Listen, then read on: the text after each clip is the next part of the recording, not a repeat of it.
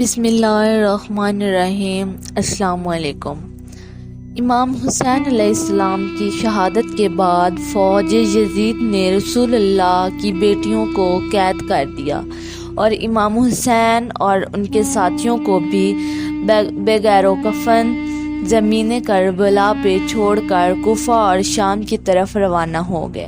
تو یوں رسول اللہ کا نواسہ زمین کربلا پہ بے گور و کفن پڑا رہا۔ اتنے میں ایک کبوتر آسمان سے اڑتا ہوا زمین کربلا سے گزرا تو وہ نواسہ رسول اللہ کی مہک کو محسوس کرنے لگا اور دیکھا کہ امام حسین علیہ السلام کا جسم زمین کربلا پہ بکھرا ہوا ہے۔ تو وہ چیختا ہوا آسمان میں پرواز کرنے لگا اور دوسرے پرندوں کو اکٹھا کر کے کہنے لگا کہ قیامت آ گئی ہے، بی بی فاطمہ الزہرا کے بیٹے کو قتل کر دیا گیا ہے اور رسول اللہ کے خاندان کا خون زمین کربلا پہ بکھرا ہوا ہے۔ تو یوں کبوتر کربلا میں آ کر مقتل گاہ میں پھرنے لگے اور امام حسین علیہ السلام کے غم میں رونے لگے اور امام حسین علیہ السلام کے خون کو اپنے پروں پہ لگانے لگے۔ ان کبوتروں میں سے ایک کبوتر امام حسین علیہ السلام کے خون کو اپنے پروں میں لے کے مکہ کی طرف روانہ ہوا، دوسرا کبوتر امام حسین علیہ السلام کے خون کو لے کے مدینہ کی طرف روانہ ہوا اور تیسرا کبوتر نجف کی طرف روانہ ہوا۔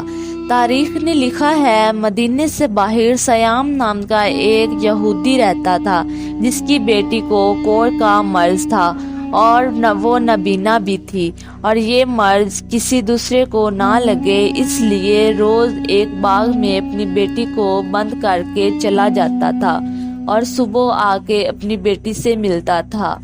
بس جیسے ہی اپنی بیٹی کو باغ میں چھوڑ کر واپس گیا، اس کی بیٹی ایک درخت کے نیچے آ کے بیٹھ گئی اور اس درخت کے اوپر وہ کبوتر بھی بیٹھا تھا جو امام حسین علیہ السلام کا خون لے کر مدینے کی طرف آ رہا تھا۔